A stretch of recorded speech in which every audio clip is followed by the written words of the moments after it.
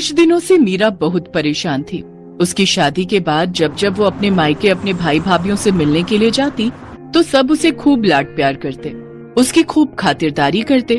पर कुछ समय से वो उनके नेचर में चेंज देख रही थी, इसीलिए उसका मन भी बहुत उदास था। क्या हुआ बहू, तुम थोड़ी परेशान दिखाई दे रही हो? मुझसे कहो, मैं भी तो तुम्हारी माँ हूँ। माँ जी, शादी से पहले भैया भाभी मेरे से बहुत प्यार से बात करते थे, मेरी छोटी छोटी जरूरतों का बहुत ख्याल रखते थे, मुझे किसी भी चीज की कमी नहीं होने देते थे। पर शादी के बाद मैं जब भी उनसे मिलने जाती हूँ वो मेरे से ठीक से बात ही नहीं करते और यहाँ तक कि मुझसे मिलने भी नहीं आते, और मुझे उन्होंने बुलाना बहुत कम कर दिया है। आखिर ऐसा क्या हुआ है जिस वजह से वो लोग मुझसे बात करने से कतराने लगे हैं? हो सकता है बहू ये तुम्हारे मन का वहम हो। पहले तुम उनके साथ रहती थी ना, तो तुम्हें इस बात का एहसास नहीं होता था। अब तुम उनसे दूर हो, इसलिए तो उन्हें ज्यादा याद करने लगी हो, तभी तुम्हारे मन में ऐसे विचार आ रहे हैं। मुझे नहीं लगता कि ऐसा कुछ उनके मन में होगा। एक काम करो, तुम कुछ दिनों के लिए अपने मायके रहकर आ जाओ, इससे तुम्हारे मन का वहम भी दूर हो जाएगा और तुम्हारा उदास मन भी ठीक हो जाएगा। थैंक यू माँ जी, मैं तो पता नहीं क्या क्या सोच रही थी। मैं कल ही मायके रहने चली जाती हूँ। एक काम करती हूँ, मैं उन्हें कुछ बताऊंगी नहीं, उन सबको सरप्राइज दूंगी। अगले दिन मीरा अपने भैया भाभी को सरप्राइज देने के लिए अपने मायके पहुँचती है, पर वहाँ पर तो ताला लगा हुआ था। अरे, घर पर तो ताला लगा हुआ है, हो सकता है निशा भाभी और अलका भाभी कहीं बाहर गई हो। थोड़ा इंतजार कर लेती हूँ। एक काम करती हूँ, निशा भाभी के मोबाइल पर फोन करती हूँ। मीरा अपनी बड़ी भाभी को फोन मिलाती है, पर फोन ही नहीं मिल रहा था। तभी पड़ोसन उसके पास आती है। अरे मीरा बिटिया, कैसी हो? नमस्ते आंटी जी, मैं ठीक हूँ। आपको कुछ आइडिया है कि भाभी कहाँ गई हैं? वो सब तो घूमने के लिए विदेश गए हैं, 1 महीने बाद लौटेंगे। वो तुम्हारे भतीजे ऋषि का बर्थडे है ना, वही मनाने के लिए गए हैं।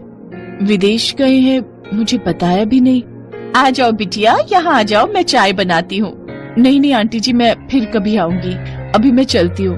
नमस्ते आंटी। मीरा के दिमाग में बहुत सी बातें चलने लगी, पूरे रास्ते कुछ न कुछ सोचती रही। अजय भैया और विजय भैया तो कह रहे थे कि मेरी शादी के लिए उन्होंने कर्ज लिया है, उनके पास शादी के लिए पैसे नहीं है, पहले ही उनका काम अच्छा नहीं चल रहा, बड़ी मुश्किल से मेरी शादी कर रहे हैं। पर विदेश ट्रिप में बर्थडे के लिए फिर उनके पास पैसे, मुझे कुछ समझ नहीं आ रहा। और यहाँ तक कि घूमने जा रहे हैं, वो भी देश से बाहर, विदेश में। मुझे एक बार फोन करके बताया तक नहीं। उलझन भरी बातें मीरा के दिमाग में चलती रहीं। जैसे ही वो वापस ससुराल पहुंची तो उसकी सास और पति दंग रह गए। अरे मीरा, तुम वापस आ गई? तुम तो भैया भाभी के घर रहने गई थी ना?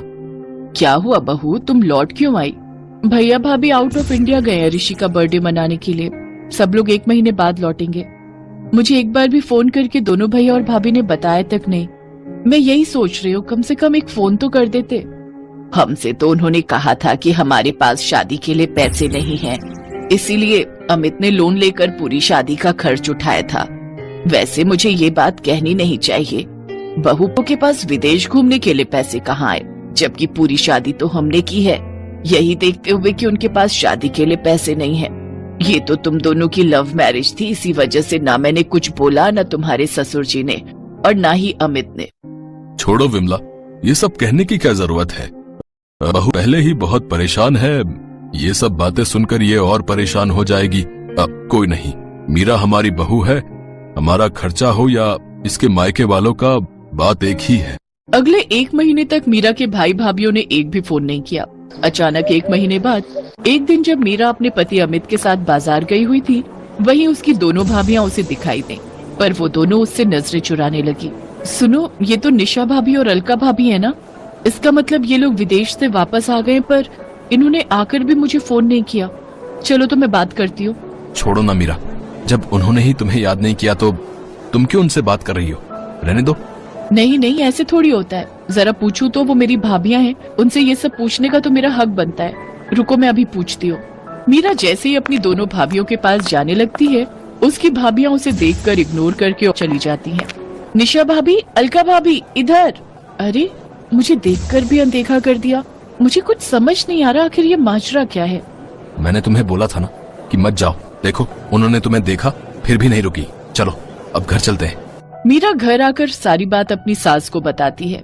अब तो ये सब सुनकर मुझे भी कुछ गड़बड़ लग रही है। तुम्हारे भैया भाभी तुम्हें अनदेखा क्यों कर रहे हैं? कुछ दिन इंतजार करो, देखते हैं, क्या पता वो खुद फोन कर लें।